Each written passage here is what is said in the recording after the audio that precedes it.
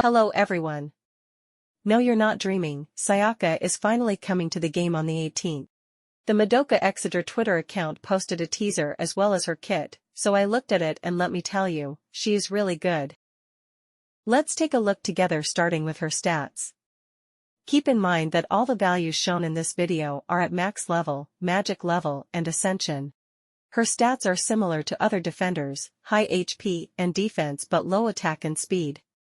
The low speed is annoying but the attack doesn't matter since all her skills scales off defense. Nothing special with her skill, she just deals damage to an enemy and give a shield to allies. Her special attack however is interesting, it increases the special attack damage of all your team by up to 30%. This is a lot of damage to give for a defender, some 4 stars buffers give less damage, but we need at least 5 magic for it and 10 magic for the full buff. Unfortunately her magic gain can be slow and inconsistent.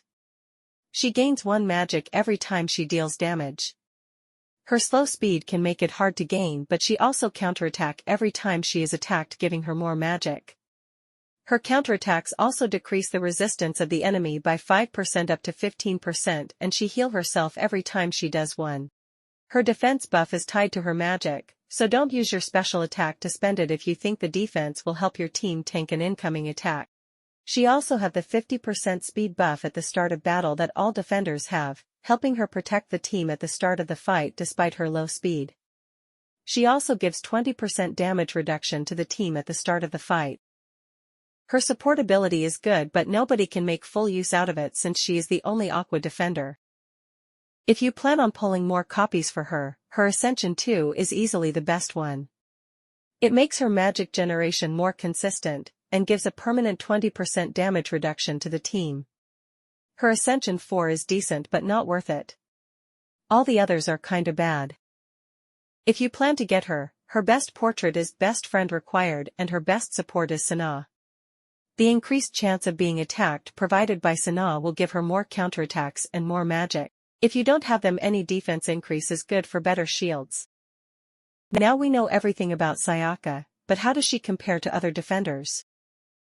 As a 4-star, Kokoro is unfortunately out of the competition, but I put her here so you can see the differences.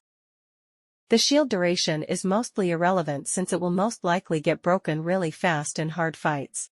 Although she has the worst defense, she has the second strongest shield in the game behind Sana. She also has the best offensive utility with 30% special attack damage and 15% elemental resistance debuff. Sana's crit buff is low and hard to keep up since it's tied to her shield, and Karika's damage reflection doesn't deal a lot of damage.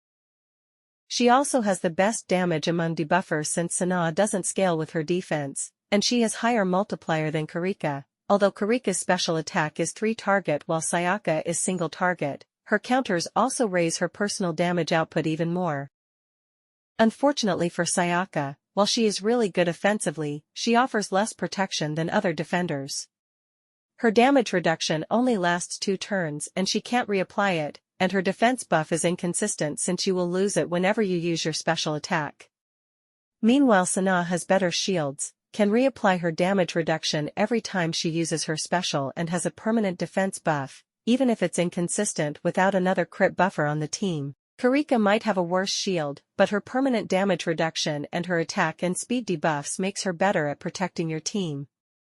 Her MP recovery increase also helps the team by allowing your breaker to break the boss faster with more special attacks, and make her superior in double sustains team comp by giving MP to your healer for more team protection. Remember that this is all a pre-release analysis. I have a good game knowledge but I might be wrong on some things. You can wait a bit and wait for other players' feedback before summoning. All in all, Sayaka is easily a top-tier character and a must-have if you want to reach high scores and score attack, but her inconsistency and low defensive utility might give her some trouble in some nightmare difficulty fights. If you already have Karika or Sana, she's a good pick but not necessary. If you don't have them though, I really recommend the summon. The tower mode will also be added alongside Sayaka's banner so you can also wait to see if she's good for this mode. That's it for this video. I hope my analysis was on point and helps you make a decision. Leave a comment if you have any questions or think I missed something about her kit. Goodbye and see you soon.